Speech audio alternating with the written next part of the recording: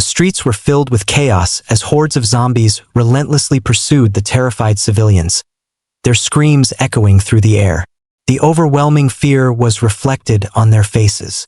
One woman had shouted desperately, warning others that the zombies were catching up. Another person had screamed, urging the group to run, claiming they would be safe if they reached the official safe zone. Their voices had trembled with panic. Amid the frantic crowd, one man remained composed, our hero, walking steadily through the chaos. His hand had rested on his stomach as he muttered to himself that his body was still too weak and he couldn't make much progress in cultivation like that. He decided he should find some supplies before considering upgrading the 10,000 souls banner. Just then, a group of zombies had leapt down from a building rooftop. A fat woman, while running away, noticed the zombies and, gritting her teeth, muttered to herself that she still had many good days ahead of her and couldn't afford to die here. Without a second thought, she had shoved another woman to the ground, using her as bait to lure the zombies away in a desperate attempt to save herself. The scene had unfolded before the hero's eyes, and he had been immediately struck with shock upon recognizing the woman on the ground. It was his disciple Lin Wanxiu. Confused, wondering why she was there, without wasting any more time, he had summoned his magic weapon, the 10,000 souls banner, and hurled it toward the zombies. His movements had been swift and precise as he leapt into the air. With incredible speed, he had grabbed his weapon, which had pierced a zombie's stomach, and pushed it with great force, causing the weapon to tear through the creature's body. The zombie had collapsed to the ground, lifeless. The woman, still on the ground, had stared in disbelief, muttering to herself that she was alive and wondering if the man had saved her. As the hero had wrapped the red ribbon around his weapon, he had addressed the young woman with cold disdain. He had remarked that not long ago, she had used the divine thunder technique to force him into a miserable state, yet now she appeared so weak in front of a mere demon. He had told her that she had greatly disappointed her master. Lin Wanxiu had looked both surprised and confused, muttering to herself, wondering what was going on and how he knew her name. She had stood up, dusted herself off, and, with a neutral expression, had thanked the hero for saving her, asking if they had met before. The hero's eyes had narrowed, and he had pointed his spear directly at her face, accusing her of pretending to be mad in an attempt to escape her fate. Her expression had shifted to one of anxiety, and she had nervously touched the tip of the spear with her finger, urging him that it wasn't the time for games, and that they needed to leave quickly in case there were more monsters nearby. The hero had stared at her in disbelief, muttering under his breath that he must have gotten the wrong person, as she was not the Lin Wanxiu he knew. His eyes had lingered on her face, which had borne a striking resemblance to his disciple. He had whispered to himself, wondering if the woman in front of him could really be that traitor, and how he could have made such a mistake unless... Extending his hand to check something on Lin Wanxiu's body, the hero muttered to himself, wondering if the traitor had lost her memories after arriving in this world. However, the growl of his stomach interrupted his thoughts, preventing him from proceeding. Lin Wanxiu suddenly burst into laughter before suggesting that they head to a large shopping mall not far away. She explained that she had planned to gather supplies there and intended to take refuge as well. Turning to him, she asked if he would like to join her. After a brief moment of contemplation, the hero agreed, stating that if that was the case, he would accompany her to see for himself. Upon hearing his response, Lin Wanxiu excitedly grabbed his hand and urged him to hurry. She reasoned that if they arrived earlier, they might be able to gather more supplies while waiting for rescue. Observing her enthusiasm, the hero muttered to himself, questioning whether she had truly lost her memories or if she was merely acting. Regardless of the truth, he reminded himself that her betrayal remained unchanged and vowed that she would eventually pay the price for it. Upon reaching their destination, Lin Wanxiu gestured toward the building and informed the hero that they had arrived. As they approached the shopping mall, she suddenly stopped, turned to him, and admitted that in her haste earlier, she had forgotten to ask his name. With a grim expression, the hero silently pondered her behavior. Could it be that she genuinely did not remember his name? Was she truly not pretending? As he walked past her, he finally responded, introducing himself as Subai. Yet, deep within, he muttered that even if she had lost her memories, she should not expect his forgiveness. As Lin Wanqiu opened the door to the shopping mall, she turned to Subai and addressed him formally, inviting him to follow her inside. She suggested that they take shelter there and wait for rescue. However, before she could finish speaking, her eyes widened in horror. A gruesome scene unfolded before them, a group of zombies feasting on helpless victims. Frozen in shock, Lin Wanqiu trembled in fear, her voice shaking as she questioned the horrific sight before her. Why were there so many monsters here? Suddenly, a chilling voice echoed through the building, announcing a promotional offer. Apply for a card and get a 50% discount. The source of the voice emerged, a mutant zombie with glowing red eyes and sharp claws. Without warning, the creature crouched before leaping into the air, swiftly ripping apart the normal zombies with a single swing of its powerful arms. Witnessing the display of strength, Subai's excitement surged. He muttered to himself, recognizing the aura emanating from the creature. Judging by its energy, it was likely at the initial stage of the spiritual sea realm, an elementary mutant. Gripping Subai's arm tightly, Lin Wanqiu, now in full panic, pleaded with him, insisting that the place had already been overrun by monsters and that they needed to leave immediately. However, Subai paid no attention to Lin Wanqiu's plea. Instead, he stepped forward, summoning his magic weapon, the 10,000 Souls banner. With a smirk, he declared that it was a perfect opportunity. He needed a sacrifice to upgrade his 10,000 Souls banner to level 2. With a confident smile, he tossed his spear into the air and used his spiritual power to control it. He muttered to himself that this would be a great chance to test the banner's abilities. Forming a hand sign, he summoned 2 zombies from his weapon. One was a female zombie who had once been the girlfriend of the original owner of Subai's body, and the other was a male zombie who had been the female zombie's lover in life. Following this, Subai conjured 2 chains to control the summoned zombies. With a commanding voice, he ordered them to defeat the enemy in front of him. At their master's command, the 2 zombies lunged forward, tearing through the horde, slicing one zombie after another with their sharp claws. As the battle raged on, a fat zombie suddenly launched an attack from behind, targeting the male zombie under Subai's control. However, the male zombie swiftly dodged by leaping into the air. With a powerful kick, it sent the fat zombie hurtling toward the female zombie. She caught it by the head, then, without hesitation, tore its body into 2 parts. At that moment, the mutant zombie leaped high into the air, preparing to strike down the group of zombies in front of it. Noticing this, Subai quickly performed a hand sign and ordered his zombies to retreat. Fortunately, they managed to withdraw in time, but the remaining group of ordinary zombies was mercilessly shredded to pieces by the mutant zombie's devastating attack. With an anxious expression, Subai muttered to himself. The mutant zombie, being a mindless undead, felt neither fear nor hesitation, but his own spiritual power was limited.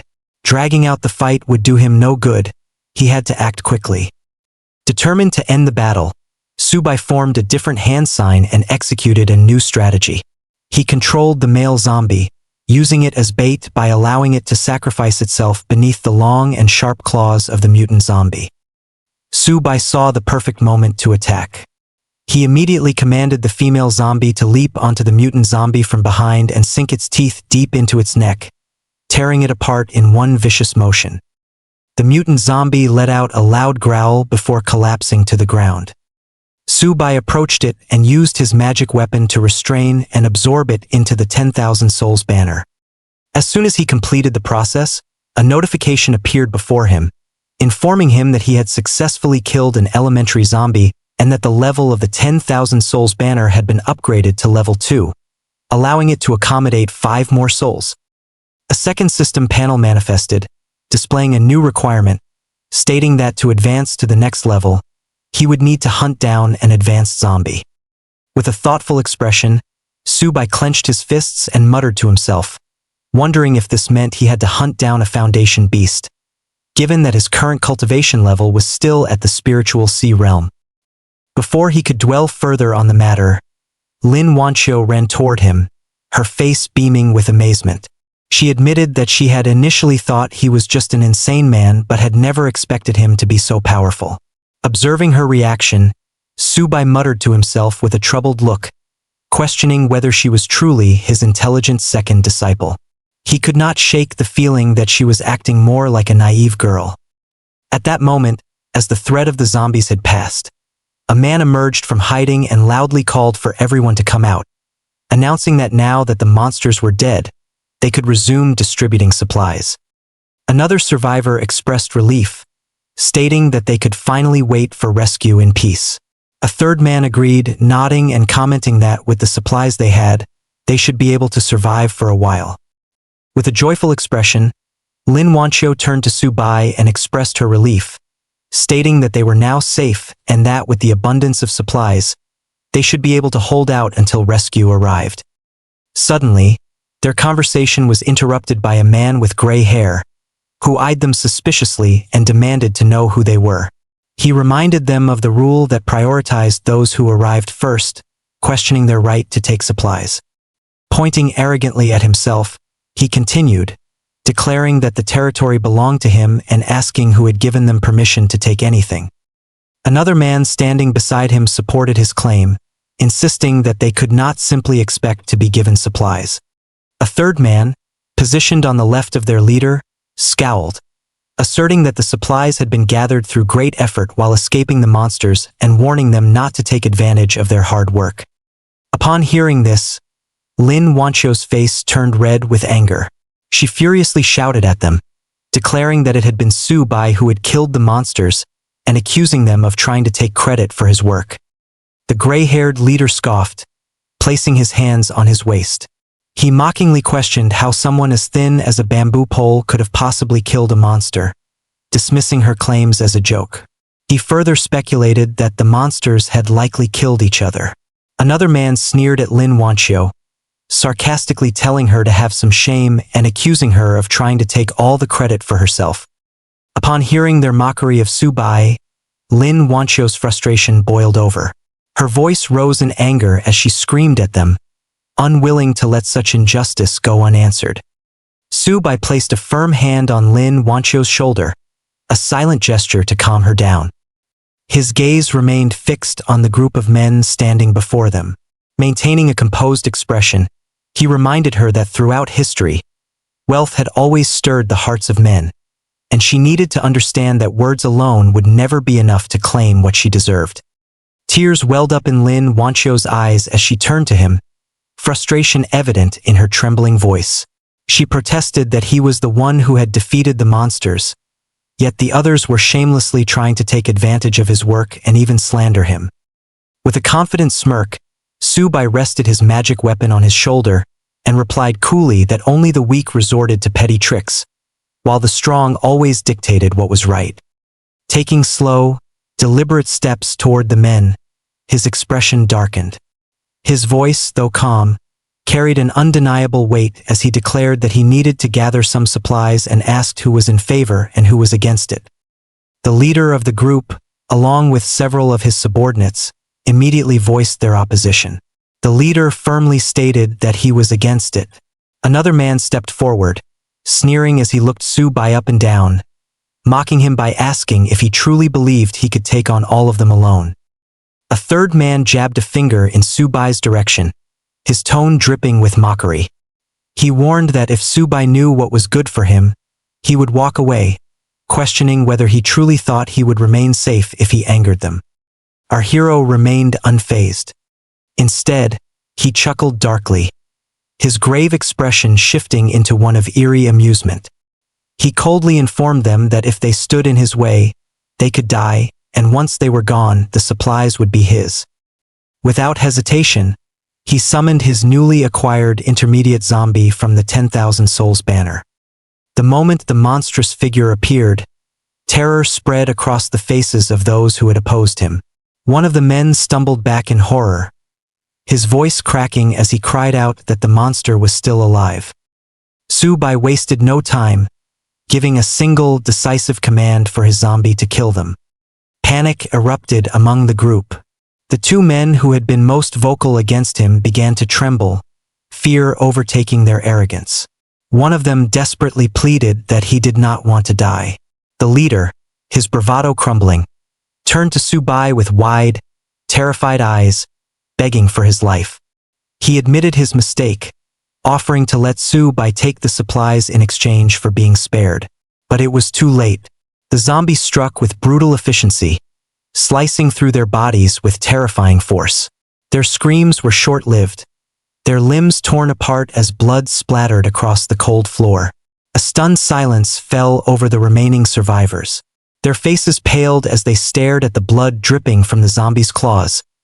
His voice cut through the silence, dominant and unwavering, as he asked if anyone else wished to stop him. No one spoke. No one moved.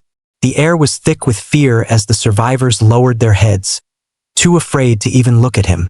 Satisfied, Su-bai turned to Lin Wanxiu and pointed out that no one would dare disobey her now. He told her to take whatever she needed. Lin Wanxiu, still shaken but resolute, nodded quickly and expressed her gratitude, addressing him with respect. As Lin Wanxiu filled her backpack with supplies, Su-bai summoned his intermediate zombie back into his magic weapon. Just then, Lin Wanxiu seemed to remember something. She turned to Su-bai and asked if he needed any supplies. With a confident look on his face, Su-bai rested his weapon on his shoulder and replied that in return for saving her, he simply wanted her to help carry some supplies. Then, with a serious expression in his eyes, he muttered to himself, questioning whether Lin Wanxiu truly had amnesia or if she was merely pretending. With a cheerful expression, Lin Wanxiu acknowledged his words and asked him to wait a moment while she packed his share of the supplies as well. Watching her diligently fill her backpack, Su-bai muttered to himself in frustration, wondering if her resemblance to someone he knew was merely a coincidence. Once Lin Wanxiu had finished packing, she turned to Su-bai and declared that she was ready. She then inquired about their next course of action, asking whether they should stay and wait for rescue. Su-bai, already walking away, stated that he intended to find a stronger zombie and that she would have to follow him while carrying the supplies. Lin Wanxiu, waving her hand, responded enthusiastically, expressing her readiness to follow him. Without hesitation, she started after him. After their departure, the remaining survivors began murmuring among themselves about what had just transpired. One of them expressed disbelief, condemning Su-bai for his ruthless actions and declaring that he would report him to the authorities once the rescue team arrived. Another person beside him agreed, asserting that someone like Su-bai needed to be brought to justice and made to pay for his crimes. At that moment, a man with gray hair spoke up loudly, urging everyone to stop arguing and focus on quickly dividing the remaining supplies. He warned them against turning into easy targets once again. A black-haired man nodded in agreement, emphasizing that distributing the supplies swiftly would ensure their safety while they waited for rescue. As the survivors began gathering the supplies, tension arose. Disputes broke out, with one individual angrily claiming ownership over certain provisions, while another retorted, questioning how he could make such a claim. The quarrels escalated as people fought over the supplies, oblivious to the danger creeping up behind them. Unnoticed in the chaos, Su-bai's two zombies silently advanced toward the group, ready to finish what their master had started.